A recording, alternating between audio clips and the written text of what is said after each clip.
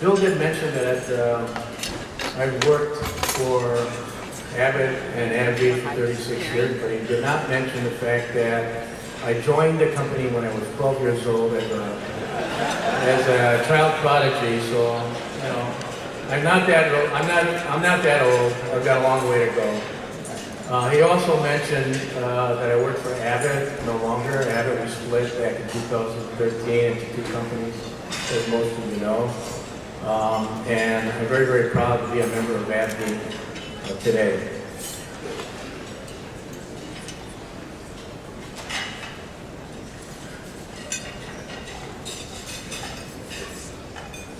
I am truly honored to receive the award, particularly given its namesake, Frank Barnes.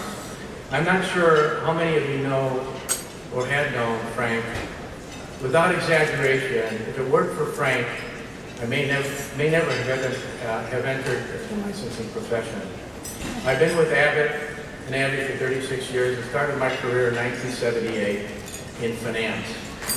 9 years later, in 1987, I was at a meeting with Frank and other Abbott colleagues. I was there in a financial capacity and had to use my negotiation skills at the meeting. It was a hard-fought process with a lot of back and forth, as these things often go.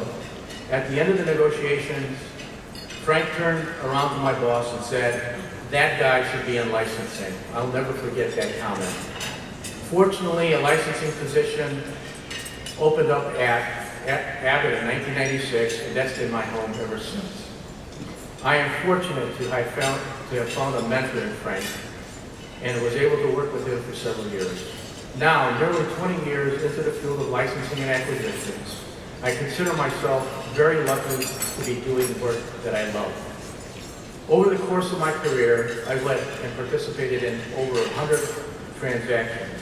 It's been a blessing to have worked for a company and leaders that are extremely deal-focused. I'm sure everyone in this room could trade endless stories about any number of deals we've worked on, in many cases on opposing sides of the table. But now, I want to speak to those individuals in the room who are in the early stages of their career in licensing and deal making. You don't spend 20 years doing something you strongly dislike if you can help it. What attracted me to the field of licensing was the entrepreneurial spirit of deal negotiations and the opportunity to have a significant impact in building a business. At the end of the day, that's what all of us do. We help build businesses. A business that innovates, contributes to society, provides jobs, and makes a remarkable impact in our communities. And hopefully a business that is successful and sustainable. Regardless of which industry you work in, we've all seen significant changes in the deal process over the past 20 years. Deals are much more complex. Diligence is more rigorous. And decisions are made more on quantitative data with stronger focus on global impact. The environment is significantly more competitive, which has made deals more expensive. At least in healthcare, we are also seeing long-time competitors, adversaries even, partner together to advance innovation. While I was interviewing for my first job at Abbott in 1978, one of the interviewers asked me how much of the job I thought teaching and selling was about. That very simple question has been embedded in my brain for 36 years. I have learned that even though our official job is not teacher or salesperson, every day we do both. We sell, we persuade, and influence someone about an idea, a strategy, a tactic, about a deal. We also teach. We teach others to see the potential of a deal, how to model its impact to our long-term plans, how to successfully manage the overall deal process, and how to reach middle ground with the other side of the table. I've also learned that the most important traits for success in the field of licensing are patience and tenacity. Patience, too, like what the gambler says, know when to hold them, know when to fold them, and know when to walk away. And tenacity to make your case, over and over again if need be. Don't easily give up if you truly believe in an opportunity, and be fearless in the pursuit of a deal. I've learned that timid deal makers usually get run over.